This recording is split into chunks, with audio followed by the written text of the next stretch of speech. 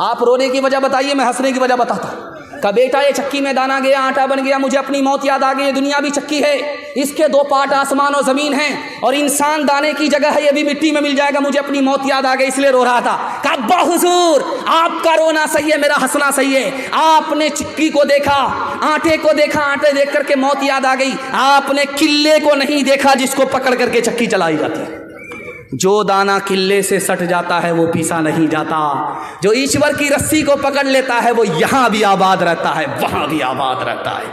چلتی چکی دیکھ کے دیا کبیرہ روئے، چلتی چکی دیکھ کے دیا کبیرہ روئے، دو پاٹن کے بیچ میں، دو پاٹن کے بیچ میں ثابت بچانا کوئی، ثابت بچانا کوئی، چلتی چکی دیکھ کر دیا کمال بھبھائے، کیل سہارے جو رہے، کیل سہارے جو رہے، وہ بال بال بچ جائے، وہ بال بال بچ جائے۔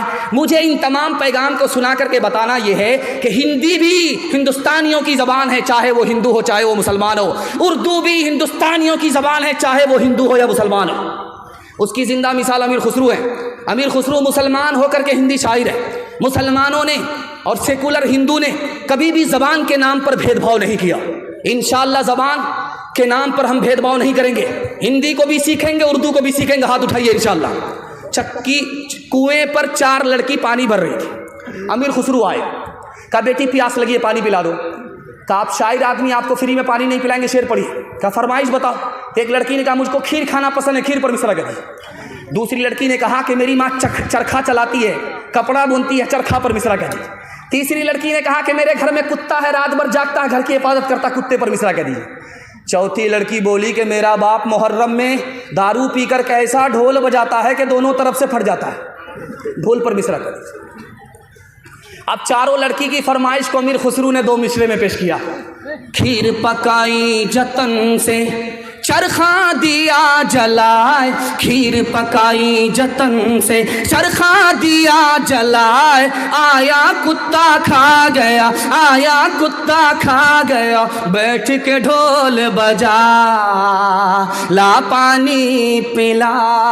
ہندی اردو ہے الگ، میں کیسے لوں مان، ایک بھارت کی آتما، ایک ہے دیش کی شان، ایک ہے دیش کی شان، 2 انگ ایک جان ہے، دونوں کی ایک جان، دونوں مل کر چل پڑے، ہر مشکل آسان، ہر مشکل آسان۔ ہوا تھا عائشہ کا نکاح آپ نے اپنی مرضی سے نہیں کیا تھا، اگر عائشہ غلط عورت ہوتی تو خدا خود عائشہ کو آپ کے گھر سے نکال دیتا ہو۔ اللہ کے رسول نے فرمایا کہ عمر کے جملے سے مجھے اطمینان ہو گیا۔ ماں کی عمر بیٹی کی عمر برابر ہے۔ آپ کہیں گے کہ ماں کی عمر بیٹی کی عمر دونوں برابر کیسے ہو سکتی ہے؟ ماں سوتیلی ہے، بیٹی سوتیلی ہے، بیٹی کا نام فاطمہ، ماں کا نام عائشہ، دونوں کی عمر برابر، لیکن سوتیلا سلوک نہیں ہے، سہیلی جیسا سلوک ہے۔ ماں دل کی بات جوان بیٹی سے کہہ دیتی ہے، جوان بیٹی دل کی بات ماں سے کہہ دیتی ہے۔ ماں کی مجلس میں فاطمہ مسکراتی ہے تو عائشہ نے کہا بیٹی بے موقع کیوں مسکرا رہی ہو، کیوں ہنس رہی ہو، ہنسنے کی کوئی وجہ نہیں تو کیوں ہنس رہی ہو؟ کا خیال آیا۔ کا کیا خیال آیا؟ کہ میں تو رسول اللہ کی بیٹی ہوں، آپ تو ابو بکر کی بیٹی ہو۔ سمجھ میں آ گیا کہ بیٹی کو فخر ہو رہا ہے، ادب بھی دینا ہے، حوصلہ بھی دینا ہے۔ تو عائشہ نے کہا کہ بیٹی تم نے سچ کہا، اسی نبی کے صدقے میں ہمیں ایمان ملا، اسی نبی کے صدقے میں ہمیں قرآن ملا، اسی نبی کے صدقے میں اسلام ملا، لیکن بیٹی مجھے بھی ہنسی آ رہی ہے۔ اب بیٹی کے کان کھڑے ہوئے کہ ماں کو کس بات پر ہنسی آ رہی ہے؟ تو کہا کہ بیٹی ایک وقت آئے گا تو مر جائے گی، قبر میں پہنچے گی، ایک وقت آئے گا میں بھی انتقال کر جاؤں گی، قبر میں پہنچوں گی، جب تیرے حق میں فیصلہ ہوگا قبر سے نکل کر کے تو جنت میں جائے گی، جب میرے حق میں فیصلہ ہوگا قبر سے نکل کر کے میں جنت میں جاؤں گی۔ لیکن بیٹی مجھے ہنسی اس بات پر آ رہی ہے کہ جب تو جنت میں جائے گی تیرے ہاتھ میں علی کا ہاتھ ہوگا، بیٹی جب میں جنت میں جاؤں گی میرے ہاتھ میں رسول اللہ کا ہاتھ ہوگا۔ اللہ اللہ کتنا اونچا عائشہ کا ہے مقام، اللہ اللہ کتنا اونچا عائشہ کا ہے مقام، اللہ اللہ کتنا اونچا عائشہ کا ہے مقام، اللہ اللہ کتنا اونچا عائشہ کا ہے مقام، حشر تک انہی کے گھر پہ ہے محمد کا قیام، حشر تک انہی کے گھر پہ ہے محمد کا قیام۔ قرآن کے حوالے سے 3 منٹ کا پیغام سننے کے لیے تیار ہیں؟ جوش کے ساتھ ہاتھ اٹھا دیجئے انشاءاللہ۔ اخبار روز پڑھیں گے، قرآن کبھی کبھی، ہاتھ اٹھا دیجئے انشاءاللہ۔ خیر، بیچ بیچ میں آپ کا امتحان ہو رہا ہے، دھیان سے سنیے گا، جلدی سے نکل جائے گا۔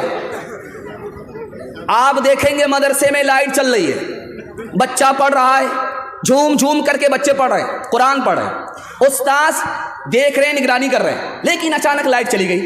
اب ہوتا کیا ہے، استاذ ہاتھ کا پنکھا، تار کا پنکھا لے کر کے بچے کو جھیلتا رہتا ہے، اور بچے جھوم جھوم کر کے پڑھتے رہتے ہیں، ان کو جھوم جھوم کر کے قرآن پڑھنے میں مزہ آ رہا، استاذ کو پنکھا جھیلنے میں مزہ آ رہا ہے۔ ایک نواب صاحب آگے دیکھا، بڑی حیرت ہوئی، 10,000 سونے کے سکے دے دیا استاذ کو انعام میں۔ واہ صاحب، کیا قرآن پڑھ رہے ہو، کیا بچے تمہارے قرآن پڑھ رہے ہیں، یہ 10,000 روپے لے لو۔ وہ کہنے لگا، حضور کون سا کارنامہ کیا تھا، اتنا بڑا پیسہ آپ نے دے دیا، کہ نکل جاؤ میرے مدرسے سے، تم 1 نمبر کے دنیا دار نظر آ رہے ہو، قرآن کے مقابلے میں تم 10,000 کو بہت بڑی دولت سمجھتے ہو، قرآن کے مقابلے میں دنیا کی ساری دولت کچھ بھی نہیں۔ ایک جوان کی شادی ہو گئی، 1 سال بال بچہ نہیں، جوان کی شادی ہو گئی، 2 سال بال بچے نہیں۔ اب لوگ کہتے رہے کیسا جوان ہے، شادی ہو گئی، کیلنڈر چھپ ہی نہیں رہا ہے۔ اب بیچارہ منہ چھپا کر کے چل رہا ہے کہ جواب کیسے دے، خدا سے کہتا میرے پروردگار بیٹا مت دو، ایک بیٹی دے دو، وعدہ کرتا ہوں جب اس کی شادی ہوگی تو دنیا کی ساری دولت دے کر کے بیٹی کو رخصت کروں گا۔ اللہ نے سن لیا، اس کو بیٹی مل گئی، لیکن جب بیٹی جوان ہوئی تو پھوٹی کوڑی جیب میں نہیں ہے۔ اب وہ شرمندہ ہوا، امام شافعی رحمۃ اللہ علیہ کے پاس آیا، کہا حضور غضب ہو گیا، اللہ سے وعدہ کیا تھا دنیا کی ہر دولت دے کر کے بیٹی کو رخصت کروں گا، جیب میں پھوٹی کوڑی نہیں ہے۔ کرے گھبرانے کی کوئی بات نہیں، دنیا کی سب سے بڑی دولت تمہارے پاس موجود ہے۔ بیٹی جب زندہ رہے شادی سے پہلے اس کو قرآن کی تعلیم دو، جب بیٹی رخصت ہونے لگے تو قرآن کا ایک نسخہ اس کے ساتھ رخصت کر دو۔ دنیا کے مقابلے میں قرآن سے بڑھ کر کے کوئی دولت نہیں ہو سکتی۔ ایک آخری مثال ہے، پیغام کو ختم کر رہا ہوں۔ آپ اگر چاہتے ہیں کہ آپ کا بچہ ایک ہی وقت میں ماسٹر بنے اور حافظ قرآن بنے، راستہ میں بتا رہا ہوں، 5 سال اپنے بچے کو آپ مدرسے میں اسکول میں پڑھائیے۔ 5 سال جب اسکول میں پڑھ لے، اس کو اسکول سے نکال کر کے 3 سال کے لیے مدرسے میں داخل کر دیجیے۔ 3 سال میں آپ کا بچہ حافظ قرآن ہو جائے گا، اس کا دماغ اتنا تیز ہوگا جیسے پتھر پر چاقو تیز ہوتا ہے۔ یہ 3 سال کا جو گیپ ہوا ہے، آپ اس کو ٹیوشن کرائیے، گارنٹی ہے یہ بچہ سب سے آگے نکل جائے گا اور سارے بچے کو یہ پیچھے چھوڑ دے گا۔ جانتے ہیں کیوں؟ جس کے لیے قرآن آسان، اس کے لیے دنیا کی کوئی کتاب مشکل ہو نہیں سکتی۔ ہاتھ اٹھا کر کے وعدہ کیجئے، قوم کا بچہ مدرسے میں، اپنا بچہ اسکول میں، ہاتھ اٹھائیے انشاءاللہ۔ یہ دیکھیے، ابھی تک آپ بیدار نہیں ہیں۔ ہر دم برس رہے ہیں انوار مدرسوں میں، آ کر تو کوئی دیکھے ایک بار مدرسوں میں، ہر پل محبتوں کا اظہار مدرسوں میں، گفتار مدرسوں میں، کردار مدرسوں میں، دن بھر تلاوتیں ہیں، دن بھر تلاوتیں ہیں، شب بھر عبادتیں ہیں، ہوتا نہیں کوئی دن اتوار مدرسوں میں، ہوتا نہیں کوئی دن اتوار مدرسوں میں۔ بڑا خوبصورت جلسہ تیزی سے نکل گیا۔ یہ بہت چھوٹی تعداد میں، بڑی تعداد میں جوان ہیں، جوانوں کے حوالے سے آپ کو پیغام دینے کے لیے جا رہا ہوں۔ ہمارا جوان 1 سال میں 10 سال کے برابر کیسے ترقی کرے گا، راز بتا رہا ہوں۔ سننے کے لیے تیار ہیں جوان لوگ؟ ہاتھ اٹھا دیجیے انشاءاللہ۔ بوڑھے لوگ غلطی سے ہاتھ مت اٹھائیے گا، آپ لوگ اس دنیا میں دوبارہ جوان ہونے والے نہیں۔ بہت اچھا آپ سننے، اللہ کو جزائے خیر دے۔ دیکھیے زمانہ جو چل رہا ہے، اتنی مہنگائی ہے کہ اللہ کے رسول فرماتے ہیں جس کے پاس پیسہ ہوگا اسی کا ایمان بچے گا۔ اس دور کے بارے میں جس میں مہنگائی آسمان کو چھو رہی ہے، اللہ کے رسول نے فرمایا جس کے پاس پیسہ ہوگا اسی کا ایمان بچے گا، جس کے پاس پیسہ نہیں ہوگا اس کا ایمان خطرے میں پڑ جائے گا۔ امام حسن بصری کہتے ہیں کہ یہ پیسہ ڈھال ہے، اس کو بچا کر کے رکھو اگر ایمان بچانا ہے۔ کتا خریدنے میں پیسہ برباد مت کرو، شادی میں پیسہ برباد مت کرو، ورنہ کمر ٹوٹ جائے گی، سیدھے کھڑے نہیں رہ پاؤ گے، قدم قدم پر تمہاری ذلت کی منہ کی کھانی پڑے گی۔